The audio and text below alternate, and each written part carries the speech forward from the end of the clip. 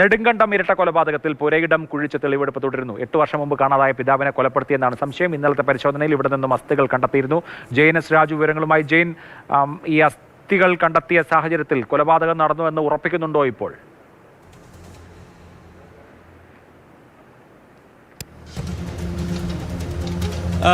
ഇതുവരെ അത്തരത്തിൽ ഉറപ്പിച്ചിട്ടില്ല. സംശയമാണ് നിലനിൽക്കുന്നുണ്ട്. കാരണം ഈ പ്രതിയായിട്ടുള്ള സജീബ് പറയുന്ന മൊഴികളിൽ പൊരുത്തക്കേടുകളുണ്ട്. നമുക്കിപ്പോൾ ദൃശ്യങ്ങളിൽ കാണാൻ കഴിയും.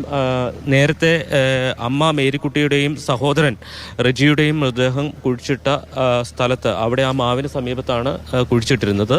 അവിടെ തന്നെയാണ് ഇപ്പോഴും പരിശോധന നടത്തിക്കൊണ്ടിരിക്കുന്നത്. കടാവർ നായ അടക്കം ഇവിടെ എത്തിച്ച് പരിശോധന നടത്തി. ഇന്നലെ അസ്ഥിയുടെ ചെറിയൊരു ഭാഗം കിട്ടിയിരുന്നു. അതോടൊപ്പം തന്നെ ഷർട്ടിൻ്റെ ചില ഭാഗങ്ങളും കണ്ടെത്തിയിരുന്നു. പക്ഷേ അതൊന്നും ഈ സംശയത്തെ സാധൂകരിക്കുന്ന തരത്തിലേക്ക് ഉള്ള തെളിവുകളായി എത്തിയിട്ടില്ല. നമുക്കറിയാം 8 വർഷം മുമ്പാണ് ഈ സജിയുടെ പിതാവ് മാത്യുവിനെ കാണാതാകുന്നത്.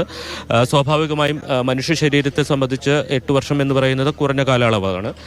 ദൃഢമായിട്ടുള്ള അസ്ഥികളൊക്കെ ഇപ്പോഴും ദ്രവിച്ച് പോകാതിരിക്കാനാണ് സാധ്യത. പ്രത്യേകിച്ച് ഇടുപ്പല്ല്, തലയോട്ടി, തുടയുടെ എല്ലുകൾ, അങ്ങനെ വാരിയെല്ലുകൾ, ഇതൊക്കെ 8 വർഷം കഴിഞ്ഞാലും അവശേഷിക്കുന്നതാണ്. പക്ഷേ ഇന്നലെ മുതൽ ഇവിടെ പരിശോധന നടത്തുന്നു. പക്ഷേ ഇതുവരെ അത്തരം ശരീരത്തിൻ്റെ ഭാഗങ്ങൾ എന്ന് സ്ഥിരീകരിക്കാൻ കഴിയുന്നതൊന്നും ഇവിടെ നിന്ന് കണ്ടെത്താൻ കഴിഞ്ഞിട്ടില്ല. പക്ഷേ പരിശോധന ഇപ്പോഴും തുടർന്നുകൊണ്ടിരിക്കുകയാണ്. ഇപ്പോൾ മണ്ണെടുക്കുന്ന ഭാഗത്ത് നേരത്തെ ഒരു തൊഴുത്തുണ്ടായിരുന്നു. അതിന് സമീപം പടുതാക്കുളം നിർമ്മിച്ചിരുന്നു.